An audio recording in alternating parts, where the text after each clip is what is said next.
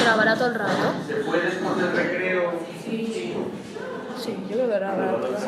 En este caso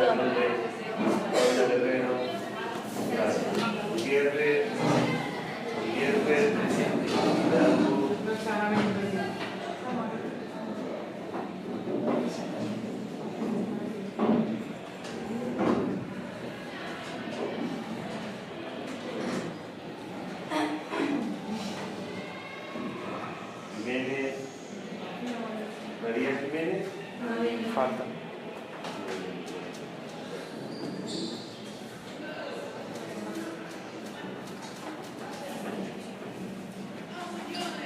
Leiva, López, Molina, Montoro, Morales.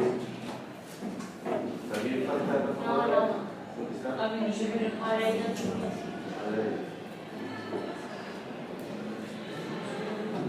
Moreno, Núñez, Martín,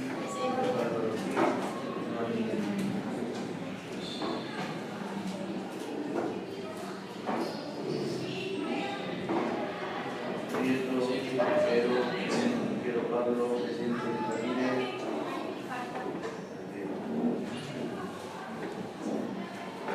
Ramírez, Rivas, Sánchez y Leo.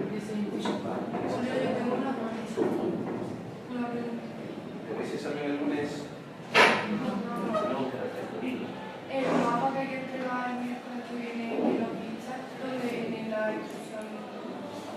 A ver, en el blog pone Guerra Civil Rusa y hay 3 enlaces.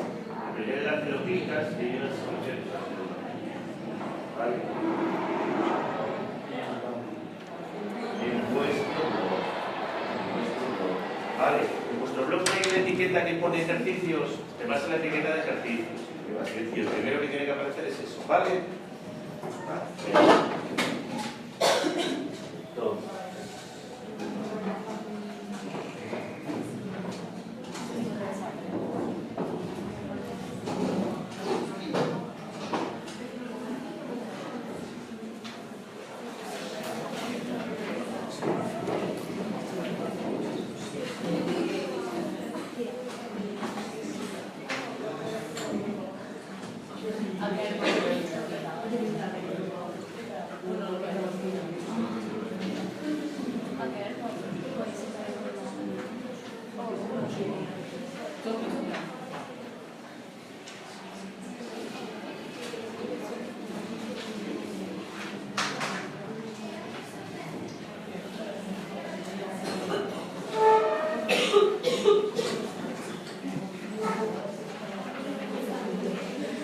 Yo tengo 3 papelados, seguramente los tendré en mi casa porque no los tengo corregidos, pero entonces aparecerá.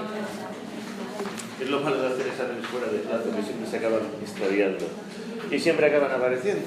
O sea que tranquila,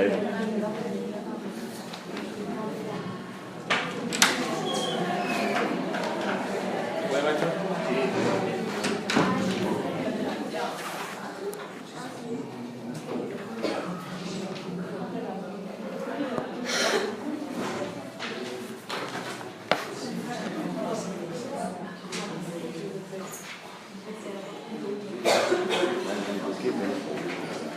Bien, una actividad para antes del... ¿Estoy escribiendo? Vale, una actividad para antes del 30 de diciembre. De aquí al 30 de diciembre hay 2 semanas justas. Tiempo más que de sobra. Tenéis que subir los textos de las 2 páginas a vuestro blog. Es decir, cogemos una página, la copiamos, la megalografiamos, no la escaneamos, no hacemos una foto y subimos la foto, no, sino que escribimos en un Word el texto y lo subimos a el blog. Un texto, una entrada. Son 2 textos, pues 2 entradas distintas. ¿Está claro lo que he dicho? Y tienen que tener una etiqueta que es vuestro apellido y Arriba, en la esquina superior izquierda, ¿qué es lo que pone Salvador?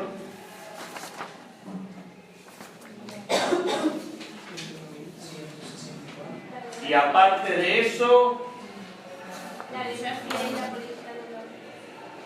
dilo en voz alta. La Guerra Fría y la política de bloques. ¿Sí eso es lo que pone? Claro, porque cada papel se corresponde a algo distinto. Supongo que a todos os pone U y un número, ¿no? Sí. Pues entonces, la etiqueta de cada papel es eso. U15, U13, U7, U6. ¿De acuerdo? ¿Queda claro?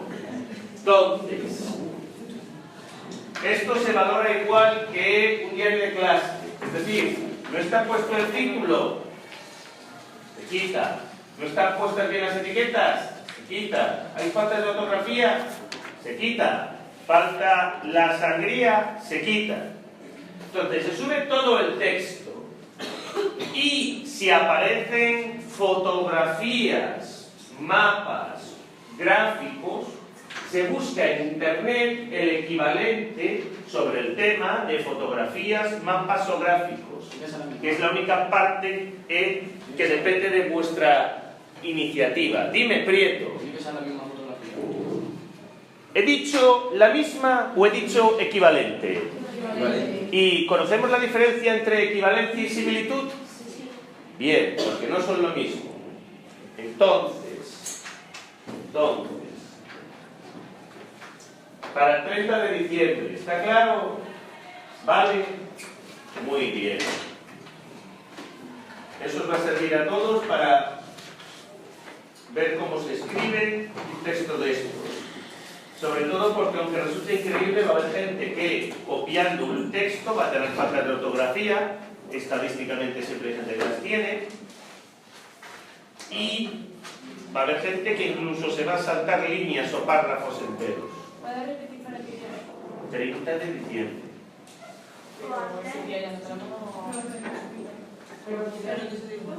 ¿A qué debe ya no en clase? Claro, que no trabajo para Navidad. Esto es no. Ni siquiera para la semana que viene. No. Pero os pregunté si tenéis examen el lunes, porque cuanto antes lo hagáis, menos problemas resultan. Luego pasa como, esto ya lo he hecho en otros grupos, y pasa como gente que hace 3 semanas les di 3 o 4 cosas para subir, y me pregunta una hoy, ¿cuándo había que subirlo? Pues hoy es 15, el 16 a las 10 de la noche, porque está puesto por escrito en su blog. Claro, y esa persona echa cuentas y subir 4 textos de hoy para mañana. Alguien que no tiene fluidez escribiendo, pues le va a costar. Probablemente cometa errores y esto es posible que al final la media no le dé por hacerlo con prisas. Entonces, que nadie diga que en 15 días no se pueden subir los textos. ¿Se puede subir antes si no tiene nada? ¿Se puede subir antes si no tiene nada? Es que no se trata de subirlo el 30 de diciembre, se trata de que aquí, de ahora al 30, cuando quieras. Vamos, que si subiesen más al fin de semana los textos, mejor para mí, porque así empiezo a corregirlos antes y a poner la nota directamente ya. ¿Vale? Y han dicho que hagamos 2 entradas porque son 2 textos distintos. Sí, son 2 páginas distintas, sí. Pero que Aunque no... tengan continuidad. Ah, vale. Aunque tengan continuidad, 2 entradas distintas, ¿de acuerdo? ¿Queda claro? Porque cada una la voy a evaluar por separado, lo cual os da la oportunidad de equivocaros menos. ¿Alguna duda o pregunta?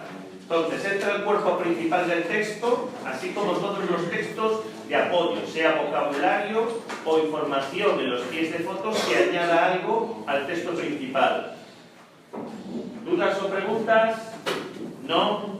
La foto, cuando, por ejemplo, si aquí está... Mira, ahí aparece una foto de Gandhi. Sí. Bueno, pues en internet hay, yo te diría que trillones de fotos de Gandhi. Coges una. Ahora, ya que hay tantas fotos disponibles de lo que vais a buscar, hacedme un favor, por si alguien no lo sabe. Pinchas en imágenes, pinchas en herramientas, pinchas en tamaño y pinchas en grande. ¿Vale?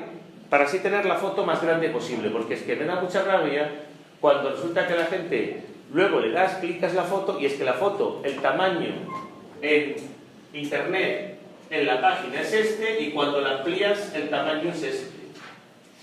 Pues digo yo que para eso vale, si amplías una foto que ocupe, a ser posible, toda la pantalla bien definida. ¿De acuerdo? Vale. Aparte de afinar las capacidades de algunas personas a la hora de escribir y aprender a subir al blog imágenes, también podéis subir enlaces a músicas o a microdocumentales. Es decir, porque documentales en internet hay 1 millón sobre estos temas.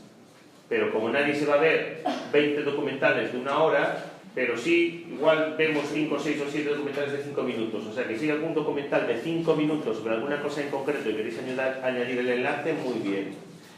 Y eso, aparte de ayudaros a aprender a manejar esto y a combinar información, ¿cuál es la otra finalidad? A ver, ¿cuál es el principal problema que tienen las explicaciones orales sin libro de texto? Que podemos desconectar. Sí, podéis desconectar, pero cuando hay libro de texto, ¿qué efecto tiene el libro de texto? Y luego que sirve como un ancla porque también muchas veces incluye imágenes y esas fotografías o reproducciones de imágenes son iconos que se convierten en, ves una imagen de Hirohito, piensas en el imperio japonés y te sirve para hilar 3 ideas juntas. Lo mismo pasa con una imagen de un fasto italiano. Muchas veces los libros de texto incluyen ilustraciones no para que no sean aburridos, sino porque esas ilustraciones históricas sirven como anclas de información, como iconos que recuerdan elementos de información, ¿vale? Pues si vosotros subís imágenes, esas imágenes luego van a servir de recordatorio de lo que habéis escrito, porque existe una conexión entre la mano y el cerebro a la hora de dibujar y a la hora de manejar imágenes. Y lo que hemos manejado como imagen con la mano muchas veces se queda en el cerebro grabada la imagen a una serie de conceptos. ¿De acuerdo? ¿Vale? Entonces, procurad buscar buenas fotografías, buenas imágenes y buenos mapas, porque vuestros compañeros les va a servir ese material también. ¿De acuerdo? ¿Vale? Luego la idea es, yo cojo eso, lo uno, lo corto, lo pego, lo redacto de nuevo, algunas cosas y también lo voy a utilizar. ¿Vale? Muy bien. Los que han faltado, pues ya se lo daré el lunes. Los cuadritos también. Que he dicho que lo que es vocabulario e información extraordinaria también, evidentemente va al final de todo, porque es extraordinario, ¿vale? De hecho, esta editorial usa lo que es vocabulario, pues la idea sería luego reunir todo el vocabulario de los temas, ¿vale? Con un vocabulario base, porque veo en los exámenes que uno de los problemas es eso, que haya personas que no sepan lo que es el proletariado es grave, porque el proletariado es tan sencillo como la palabra sustantivo en lengua. ¿Qué es un sustantivo en lengua? Defínemelo. Un nombre, ¿qué es un nombre en lengua? Dímelo tú, Núñez. Dímelo tú, porque hay... Una palabra que se usa para designar una persona, un objeto, una cosa. Muy bien. Esto sería una posible definición de sustantivo o de nombre. Otra sería una palabra que designa al sujeto activo de la acción o al sujeto pasivo de la acción. ¿De acuerdo? Pero que hay que saber qué son las cosas. Porque si no es como el que maneja un coche, pero luego, cuando falla algo, no tiene ni idea de por qué falla. Y a veces hay un taller para llevar el coche y a veces estás en medio del monte. ¿Os queda claro, no? Muy bien. ¿Qué vamos a hacer entonces en la clase de hoy? Pues antes de continuar con el desarrollo de la dictadura fascista de Mussolini, vamos a intentar desarrollar los rasgos del fascismo. Y bueno, como vosotros supongo que estáis muy al día de eso, pues me vais a ayudar. Entonces, lo primero que os voy a decir es lo siguiente, que el fascismo no comienza siendo una ideología política, puesto que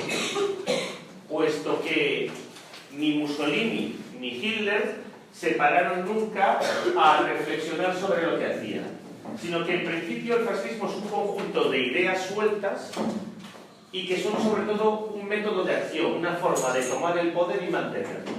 ¿De acuerdo? Y ahora, a partir de ahí, elementos que creéis que forman parte de la doctrina de la ideología fascista. Venga.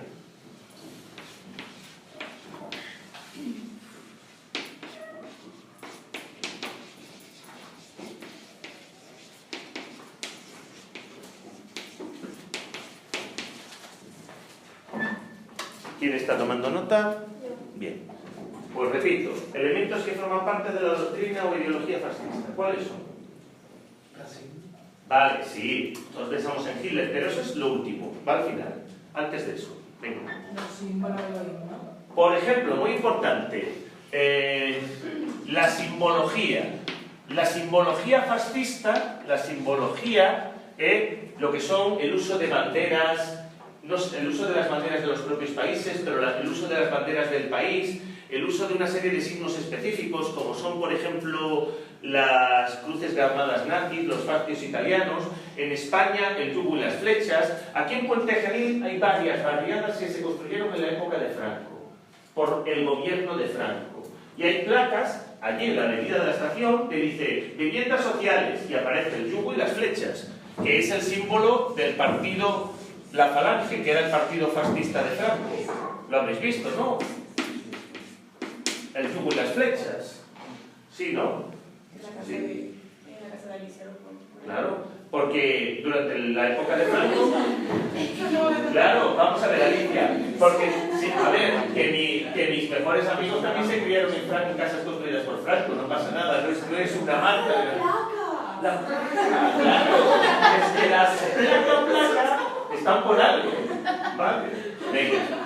Entonces, en el fascismo es importante la simbología, porque al fin y al cabo el fascismo, vuelvo a repetir, es un método de acción, una forma de tomar el poder y conservarlo, más que una ideología definida.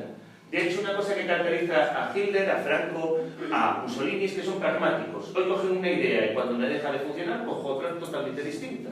¿De acuerdo? Bien. Entonces, la simbología. Muy bien. Vamos a otra cosa que sea... Vamos. El funcionamiento. Vale, entonces... el control de las masas. El control de las masas. Y eso nos lleva a un elemento fundamental del sistema, que es el totalitarismo.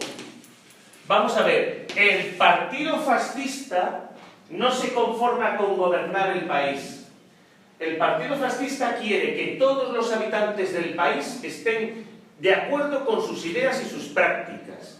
Intenta que toda la gente no solamente acepte el gobierno, sino que además lo apoye y lo apoye de corazón. Y eso se va a conseguir mediante, él ya dice, el adoctrinamiento. El adoctrinamiento tiene muchas formas. Es publicidad para adultos. Y la publicidad incluye también el control de los medios de comunicación de masas. Es decir, publicidad en forma de pósters, publicidad en forma de películas, publicidad en forma de programas de radio, publicidad en forma de equipos de fútbol y deportes de masas que se identifican con el partido. Adoctrinamiento es adoctrinamiento en la escuela para los chavales, que ya existía desde el siglo XIX, lo vimos en la formación de los Estados-Nación. Pero adoctrinamiento también en forma de revistas infantiles con mensaje del partido, organizaciones infantiles con mensaje del partido. La idea es que los individuos desde la infancia asimilen plenamente las ideas del partido y lleguen a la edad adulta siendo totalmente fieles a la ideología del partido. Voy a poner como ejemplo las Hitlerjugend, que son las juventudes hitlerianas. Creo haber explicado, y si no lo he hecho lo vuelvo a hacer, que comenté que la Segunda Guerra Mundial termina con una gran batalla en Berlín. Perdonad, ¿qué curso estáis aquí? Primero de bachillerato de Humanidades y Ciencias Sociales. Vas a ti. Uy, qué bien te ha salido, vamos. ¿A que sí? Bien, decía que os dije que la Segunda Guerra Mundial termina con una gran batalla campal en Berlín entre los soviéticos y los alemanes. y os dice que en esa gran batalla campal Hitler echa mano de lo que le queda y le da armas a mayores de 65 y a niños, bueno, pues los niños que luchan en Berlín son sobre todo miembros de las juventudes hilderianas, niños de 12-13 años, o de 14 o 15, pero que es gente que son fanáticos, que se creen de pe a pa todo lo que dice Hitler, porque desde la cuna les he estado diciendo que pertenecen a la raza de los señores que van a dominar el mundo y que todos los demás son enemigos diabólicos. Y de hecho, varios de esos niños fueron condecorados por Hitler en persona después de destruir varios tanques seguidos en la batalla. Como duró 2 semanas, dio tiempo hasta para condecorar gente.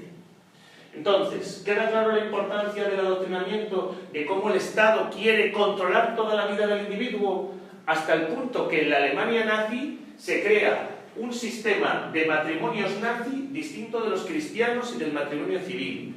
Y se crea toda una serie de fiestas que intentan cambiar el calendario de las fiestas cristianas por fiestas nazis. ¿Os acordáis que en la Revolución Francesa también se había hecho? Se había cambiado el calendario y se había intentado cambiar la vida porque era un mundo nuevo. Pues los nazis también intentan cambiar la vida con las personas y sustituir las fiestas cristianas por fiestas nazis.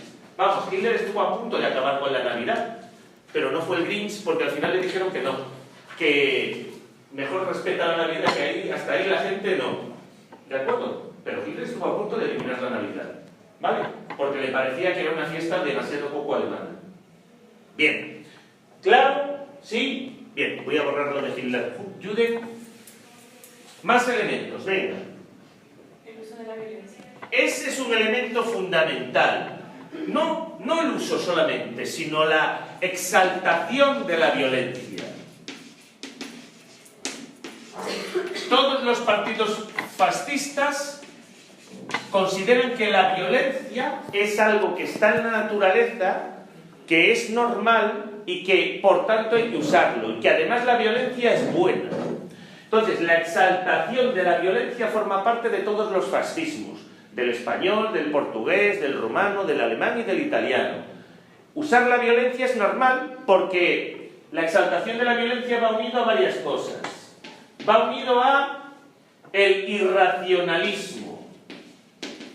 Los partidos fascistas son irracionalistas. Y son irracionalistas porque desconfían de la razón, por eso tampoco tienen una doctrina sistemática. Y eso nos lleva a ¿por qué surge el fascismo? El fascismo surge, entre otras cosas, porque la gente deja de confiar en el liberalismo, que es una ideología que viene de la Ilustración. Si os acordáis, la Ilustración era la razón. La razón nos permite entender el mundo. Y la razón nos dice que todos somos iguales y por tanto tenemos los mismos derechos. Y durante todo el siglo XIX surgen los estados-nación basados en el liberalismo y se extienden los derechos individuales. Pero luego pasa a principios del siglo XX una catástrofe que hace que todos los europeos pierdan la fe en la razón y en los valores del liberalismo. ¿Qué catástrofe se lleva por delante de los europeos a principios del siglo XX? A ver, una hecatombe que causa una cantidad de sufrimiento inmenso. Sí, lo hemos visto aquí. La Primera Guerra Mundial. Es que de repente la gente pasa de vivir una vida muy parecida a la vuestra, con vacaciones, cine, metro, fiestas de fin de semana, salir en coche y disfrutar de la vida, a los hombres pasarse 4 años en las trincheras y las mujeres de repente ver sus vidas totalmente transformadas. Y cuando termina la guerra hay 20 millones de muertos, millones y millones de parados y la sensación de ¿y todo eso para qué? Porque terminó la guerra y estamos peor que antes de la guerra. Entonces, ¿qué sentido tiene todo? Entonces todo lo que había antes de la guerra era mentira. Porque se supone que vivíamos en un mundo maravilloso donde cada vez había más riqueza y vivíamos mejor y al final nos hemos matado 4 años y ha terminado la guerra y vivimos incluso peor que antes de la guerra. Entonces, ¿qué sentido tiene todo? Y lo que va a haber es una crisis que no es una crisis filosófica de unos pensadores, sino una crisis de todos los europeos sobre qué sentido tiene todo. Y muchos van a decir, es que la vida no tiene sentido, la vida no hay que pensarla, la vida hay que vivirla. Y como la vida hay que vivirla, pues la vida es irracional, la vida se basa en impulsos, la vida se basa en pasiones, la vida se basa en instintos, ¿no? Entonces, eso es lo que le va a dar pie al fascismo. Mussolini y Hitler, que son veteranos de guerra, es lo que dicen. Yo no pienso lo que hago, yo actúo. Yo no pienso cómo tomar el poder, yo actúo para tomar el poder.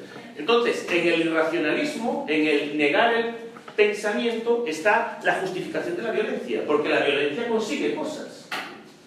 Con la violencia consigues cosas. Entonces, en un comunismo cuyo objetivo es la igualdad, que es una ilustrada y racional, Sí. pero eso no se llega con una dictadura que incluye violencia e irracionalidad. Claro, vamos a ver. Bueno, lo quería decir el otro día, pero se me pasó. Vamos a ver. En la doctrina marxista, la lucha de clases acaba dando lugar a la dictadura del proletariado, ¿os acordáis?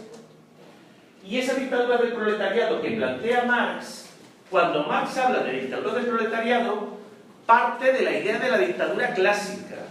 Y, a ver, los que estudiáis latín y griego, ¿cuánto tiempo gobernaban los dictadores romanos?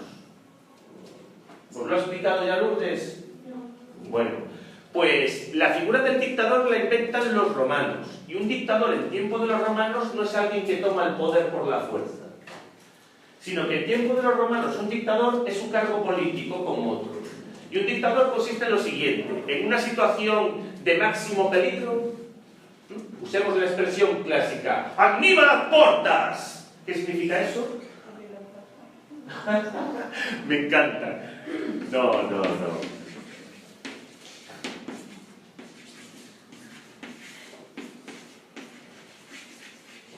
Sorry. Aníbal a las portas. Aníbal a las puertas. Esto es una frase hecha que los romanos acuñaron en la Segunda Guerra Púnica y significa: el general cartaginés Aníbal y su ejército está a las puertas de Roma. El peligro es máximo. ¿Habéis visto la película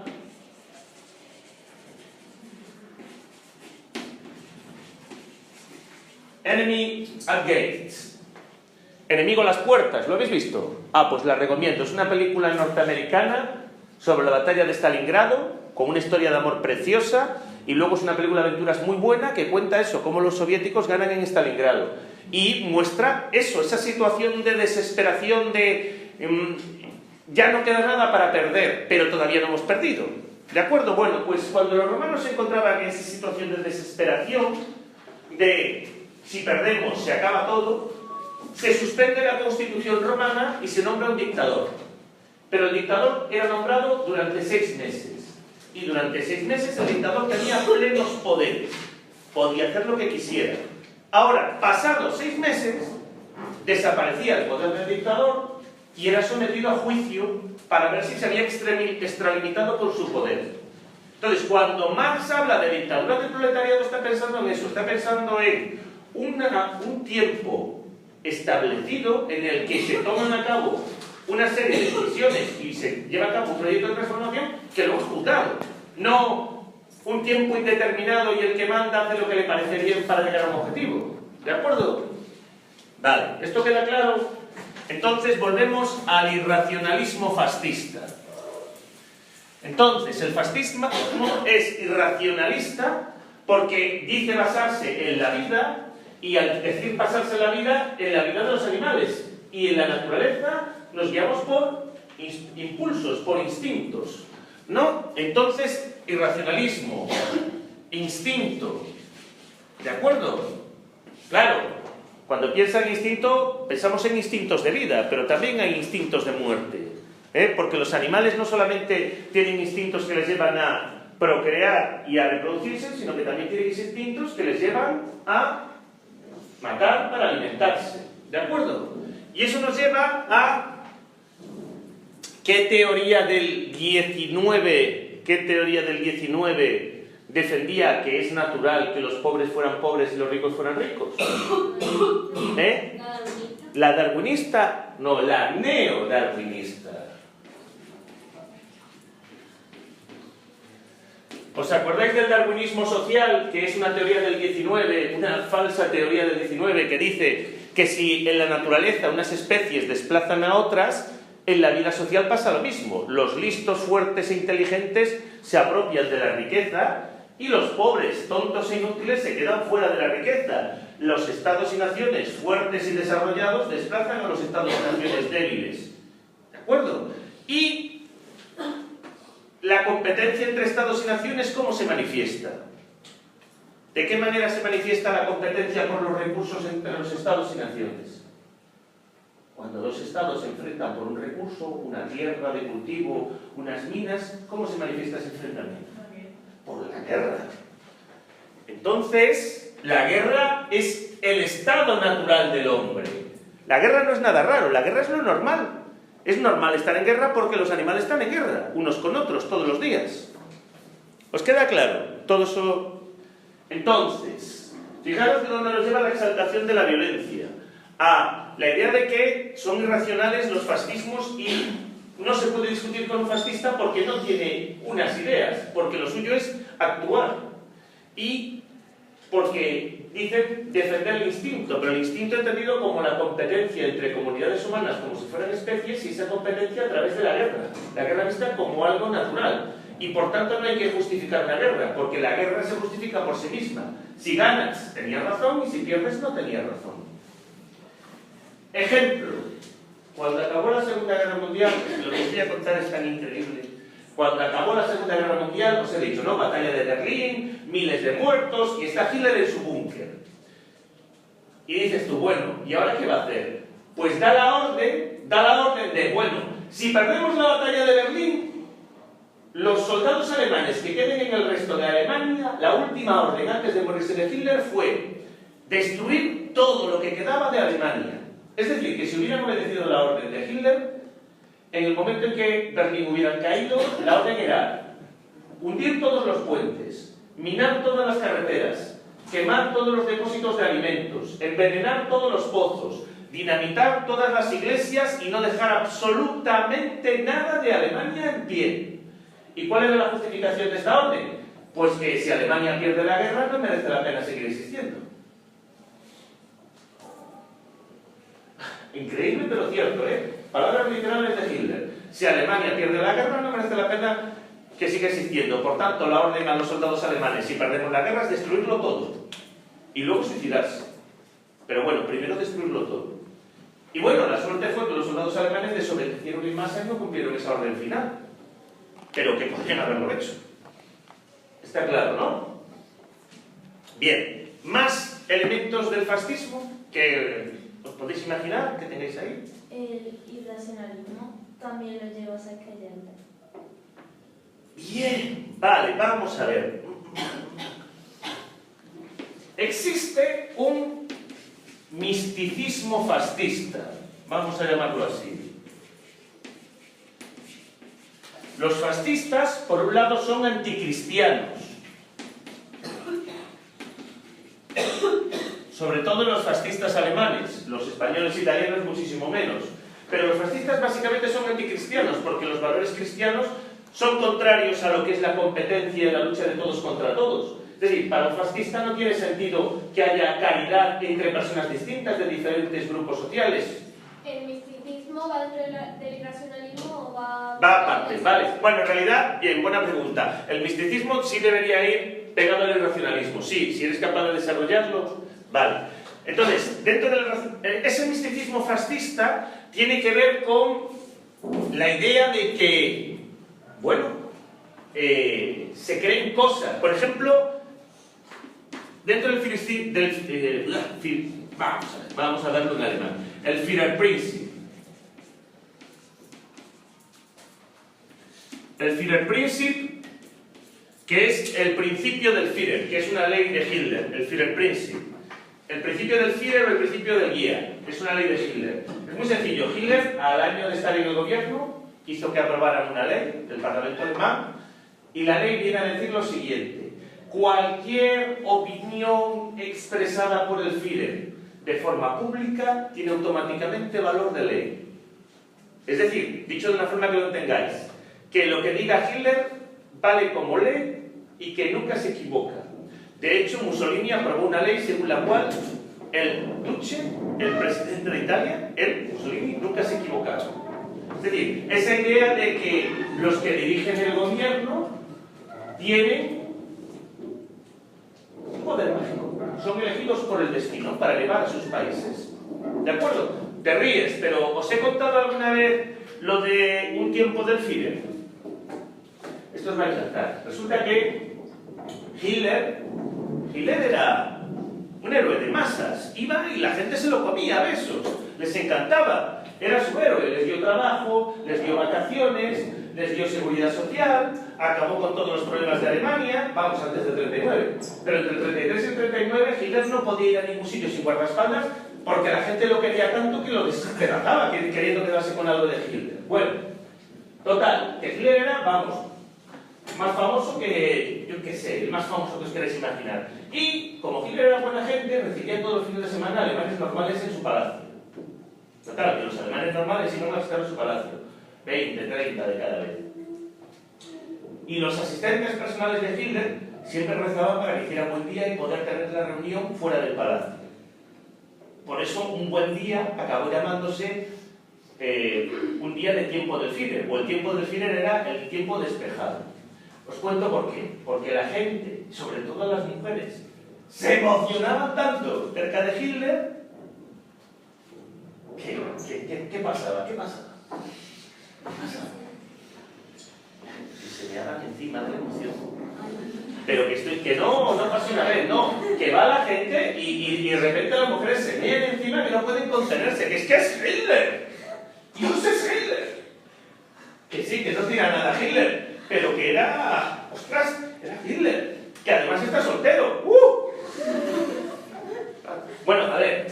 Hitler tuvo amantes hasta que se murió. Y sabéis que se casó con su última amante el mismo día que se suicidó. Se casaron por la mañana y se suicidaron por la tarde.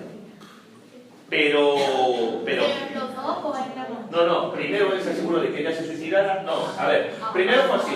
Primero, a ver, si no os calláis no os lo cuento. Primero mató a su perro. Tenía un perro lobo, lo quería mucho, llevaba muchos años con él. Entonces primero mató a su perro para asegurarse de que los rojos bolcheviques soviéticos no se apoderaran de su perro. Luego se aseguró de que su esposa se suicidara y luego ya que estaba suicidada ya se suicidó él. Esa fue la secuencia. Sí, pobre perro. Bueno, la cosa es que Hitler tuvo amantes a lo largo de su vida, pero nunca se hicieron públicas para el pueblo alemán que tenía amantes, porque tenía que quedar eso como alguien por encima del bien y del mal que no necesitaba una familia y que su familia era Alemania. ¿De acuerdo? De hecho, por eso hay un montón de especulaciones sobre su vida sexual, pero lo cierto es que claro que tuvo amantes. Primero su sobrina y luego un par de secretarias. Sí, su sobrina que tenía 16 años, más o menos, pero no os preocupéis, se suicidó la sobrina. Sí, a los 2 años de ser amante de Hitler se suicidó. Entonces, bueno. ¿Seguimos? Vale. Entonces, esa idea de que Hitler sí tenía un atractivo magnético, claro, nosotros hoy vemos a Hitler a través del prisma de la Segunda Guerra Mundial. Pero ponemos en la piel de Hitler. Hitler llega, ya lo veremos, llega a la presidencia de un país destrozado, con una tasa de paro la mayor del mundo, un país donde la gente ha perdido la esperanza de todo. Y en 6 años, del 33 al 39, Hitler transforma Alemania, convierte al país en un país de pleno empleo, mejora la calidad de vida, extiende la esperanza de vida, hace que la gente vuelva a sentirse segura y confiada con su vida. Entonces, claro, es que la gente decía, es que Hitler nos ha salvado la vida, metafóricamente y a muchos también en realidad, porque se habían suicidado con lo mal que estaba el nivel de vida. Entonces, claro, para ellos Hitler era su salvador, y de verdad que se lo creían. Y luego Hitler es el primer político profesional que tiene detrás un cámara que le hace fotos todos los días.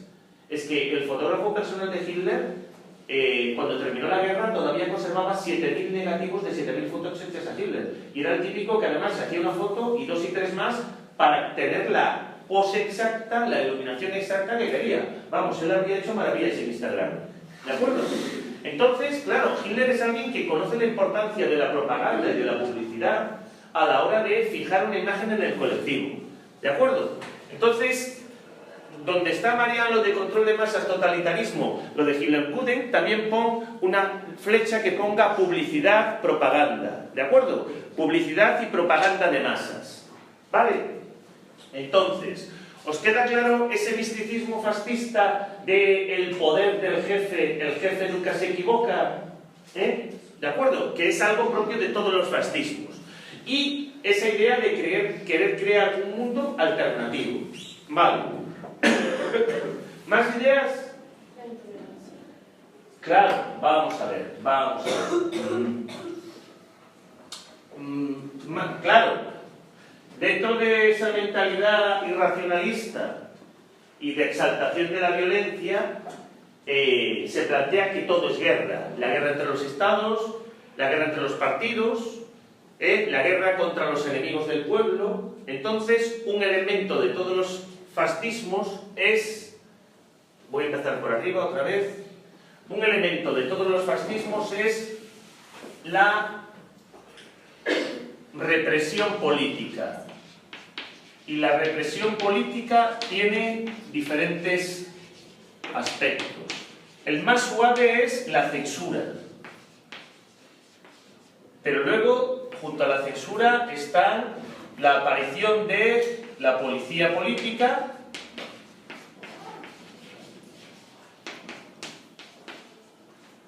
y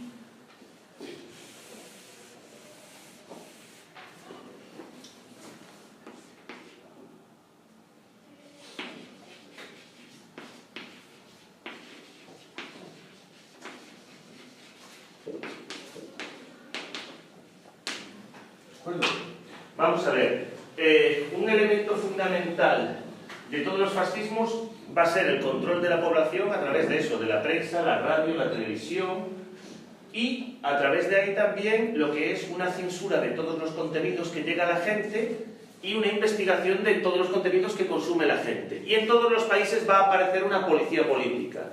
La Gestapo en Alemania, la Piobra en italiana, la PIDE en Italia, y aquí, ¿cómo se va? El top que vamos a tener aquí. Y en la mayoría de los países fascistas, salvo en Italia, donde se usaba el método del destierro, mandarte a la otra punta del país, se van a usar campos de concentración. Supongo que ya os lo habré comentado, pero si no os lo vuelvo a recordar, os recuerdo que en la provincia de Burgos, tras la guerra civil, pues Franco tuvo a 250 000 hombres en campos de concentración. Y nunca nadie se ha tomado en serio hacer una investigación arqueológica de esos sitios. Que si un día empezamos a excavar donde estuvieron esos campos, sabéis lo que nos vamos a encontrar. Porque desmantelaron todas las estructuras externas, pero si hay fosas comunes o lo que sea, desde luego, dudo yo que las hayan vaciado con la cantidad de gente que tiene que haber. ¿De acuerdo? Entonces, la represión política es un elemento de todos los fascismos. No hay fascismo sin represión política intensa. ¿De acuerdo? Lo que pasa es que, claro, si hablamos de Franco, Franco fue fascista hasta el 45 y ya del 45 en adelante se fue desfascitando pasito a paso. ¿De acuerdo? ¿Vale? Pero en todos los fascismos la represión política es un elemento fundamental, porque en el fascismo no hay espacio para el diálogo ni para la diferencia, sino que somos nosotros y son ellos. Y nosotros acabamos con ellos. ¿De acuerdo? ¿Vale? Muy bien. ¿Algo más? ¿Algún otro elemento más? ¿No? Bueno, pues un último elemento y ya pasamos a la explicación del gobierno de Italia. Bueno, dos últimos elementos, porque del racismo lo quería dejar para el final. El penúltimo elemento es el control de la...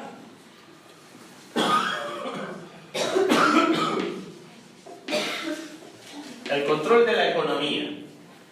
Los fascistas son anticomunistas y son anticapitalistas. Se consideran tan enemigos de la URSS como de las democracias liberales. Y están en contra del libre mercado, igual que están en contra de la propiedad colectiva de todos los medios de producción. Se plantean como una tercera vía, un espacio alternativo, que eso va a ser una de las razones de su éxito. Porque mucha gente está descontenta con los sistemas liberales del siglo XIX, pero tampoco quieren una una dictadura como la soviética. Y un elemento de todos los fascismos va a ser el control de la economía. ¿Cómo se controla la economía? Pues mediante la creación de empresas estatales, mediante la creación de sindicatos oficiales,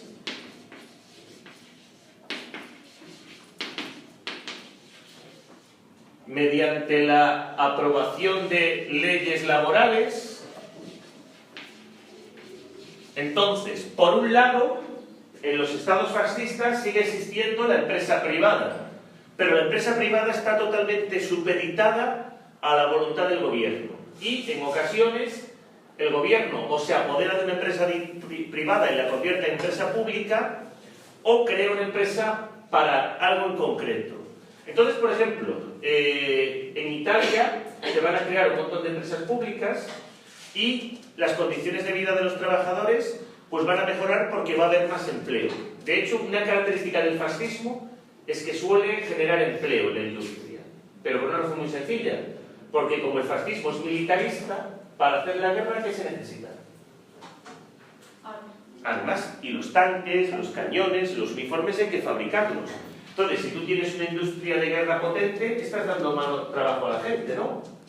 Y luego, otra cosa más. Si el fascismo va a la guerra, necesita soldados. Si necesita soldados, es, por tanto, un sistema natalista, que favorece el aumento de la población.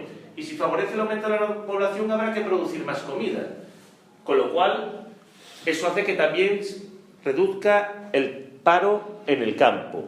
Entonces, la economía no solamente cambia en cuanto a que aumenta el empleo, sino que además desaparecen las huelgas, porque todos los obreros están en los sindicatos oficiales, ¿de acuerdo? Pero para que la gente no esté descontenta, desaparecen las huelgas, pero se les obliga a los empleadores a aumentar los sueldos o a mejorar las condiciones de vida.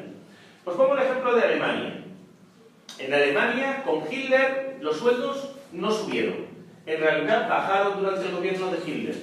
Pero la gente tenía la impresión contraria de que los sueldos se habían subido. ¿Por qué? Porque aunque los sueldos no subieron, Alemania pasó de tener 6 millones de parados a 3 años después tener 200.000 parados. O sea que 5.800.000 hombres encontraron trabajo. ¿De acuerdo? Entonces, mucha gente tenía la percepción de que cobraba más, porque claro, si vienes de estar en el paro, que cobres menos que antes que estar en el paro, estar trabajando y con la seguridad de que vas a seguir trabajando, tienes la sensación de que cobras más. Pero lo que sí estableció Hitler fueron vacaciones pagadas, y se cumplían.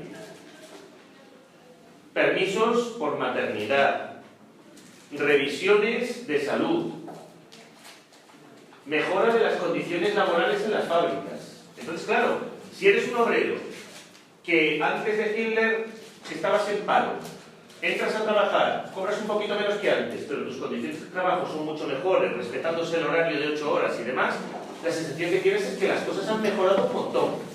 De hecho, una de las cosas que hizo Hitler fue construir complejos de vacaciones en el Báltico para los obreros alemanes y flotas de yates para que los obreros alemanes se fueran de vacaciones.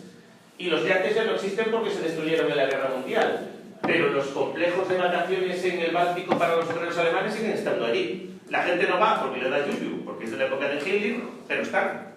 ¿De acuerdo? Y de hecho, ¿sabéis qué innovación introdujeron para los obreros alemanes en tiempo de Hitler? La prevención contra el cáncer de pulmón, porque ya en los años 30 se sabía que se debía al tabaco.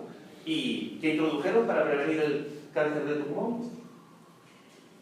Pues las revisiones mediante rayos X. Con lo cual, los primeros en usar los rayos X para prevenir la aparición de cáncer de pulmón son los alemanes en los años 30 con Hitler, pagando por el gobierno. Pero claro, la mentalidad es, si el cuerpo alemán está sano y los alemanes están sanos, seremos más fuertes cuando hagamos la próxima guerra. ¿Está todo claro?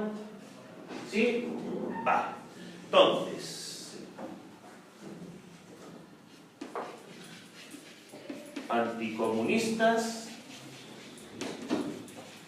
antiliberales,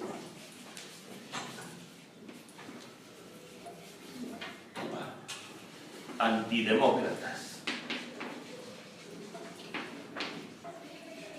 Y para terminar, el racismo. Vale. El racismo, que sobre todo es una cosa personal de Hitler, pero luego, gracias a su éxito, va a permeabilizar a todos los demás.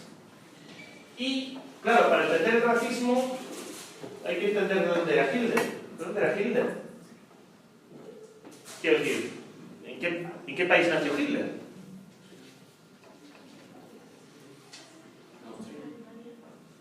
Hitler nació dentro del Imperio de Austria-Hungría, en una ciudad fronteriza entre Austria-Hungría y Alemania.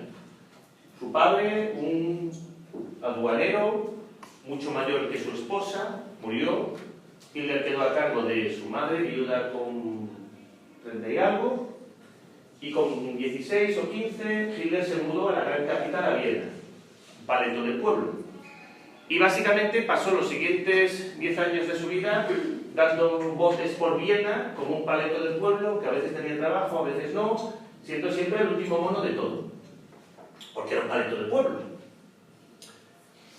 Hasta que en el año 18, pues Hitler tiene la oportunidad de su vida. ¿Qué pasa en el año 18? Perdón, en el año 18 no me he equivocado, en el año 14. ¿Qué pasa en el año 14? A ver, si digo esa fecha, 1914, solo os puede venir una cosa a la cabeza. La Primera Guerra. Y es la oportunidad de su vida. Pasa de ser un paleto de... A ver, pues que Hitler lo pasó tan mal en Viena que llegó a vivir 6 meses en un albergue de indigentes, viviendo de la caridad pública. Que podría, y por lo que parece estuvo llegando, no sé si llegó a vivir 2 semanas en la calle entre alcohólicos, o sea que podría haberse muerto ahí en cualquier momento, pero sobrevivió y fue a la Primera Guerra Mundial. Y en la Primera Guerra Mundial, pues ese tío que no servía para nada descubrió que en el ambiente del ejército se encontraba bien, y además tuvo la suerte inmensa de sobrevivir a la Primera Guerra Mundial con medallas, porque lo vivieron varias veces y le dieron medallas al valor. Cuando terminó la Primera Guerra Mundial, estaba en un hospital recuperándose de un ataque con gas que lo había dejado ciego, y tuvo la suerte de recuperar la vista y termina la guerra en perfectas condiciones para empezar a hacer vida normal. ¿De acuerdo? Entonces, ¿en dónde se crió Hitler? Pues hizo un adulto en Viena. Y Viena, la capital del Imperio Austrohúngaro, una gran ciudad, con mucha gente de muchos sitios, húngaros, italianos, checos, eslovacos, pero donde, entre otros errores, había una cosa que era un racismo fortísimo. En Viena había mucho racismo hacia los judíos. En Viena los judíos formaban una minoría que les iba bien en Viena, ocupaban una posición económica importante, pero socialmente eran despreciados. Y claro, para Hitler, que era un mierdas, su ira, en vez de proyectarla hacia la sociedad, la proyectaba hacia los judíos, porque yo, que soy un buen alemán, un buen germano, ¿cómo puedo tener una vida de mierda y estos judíos, que se supone que son peores que yo, tienen vidas mejores que la mía? Entonces todo ese resentimiento que Hitler acumula durante su paso de la adolescencia a la edad adulta y en sus primeros años de juventud, eso es lo que va a ir luego fertilizando sus ideas. ¿De acuerdo? Y entonces Hitler no tiene ideas originales. Todas las ideas racistas de Hitler vienen de revistas vienesas de principios del siglo XX. Hay docenas de revistas, todas racistas y todas planteando las mismas ideas. Dime. A ver, dime. ¿Alguna idea habréis compartido? No me digas que has leído alguna revista racista. No. Y que no es ningún problema, ¿eh? Yo he leído un montón de revistas racistas y te ríes mucho. Porque dices, no me puedo creer que esta gente diga esto. Pero es increíble. Bueno, a ver, seamos sinceros. ¿Cuántos de vosotros habéis leído páginas web racistas? ¿Nunca habéis leído una página web racista? Y una página web de ultraderecha, pero no una página web facha española, sino... ¿Habéis leído alguna vez una página de ultraderecha española? ¿Nunca habéis leído una página? ¿Y una página de ultraderecha europea? ¿Una página racista de ultraderecha europea? ¿Nunca la habéis leído? O pues es... En internet así. Y es alucinante, porque tú lo lees y dices, no, me lo puedo creer. Y cuando se ponen a discutir sobre la esencia de la dominación racial en Europa, yo digo, es que no me puedo creer que en este foro haya 500 tíos discutiendo de esto. Pues lo hay, lo hay. Bueno, volviendo entonces a Hitler. Que Hitler, en Viena, recibe a través de la prensa, a través de revistas de corta tirada que leen sobre todo desocupados, gente aburrida y con poca formación, un montón de ideas racistas que son, bueno, nos quedamos en eso.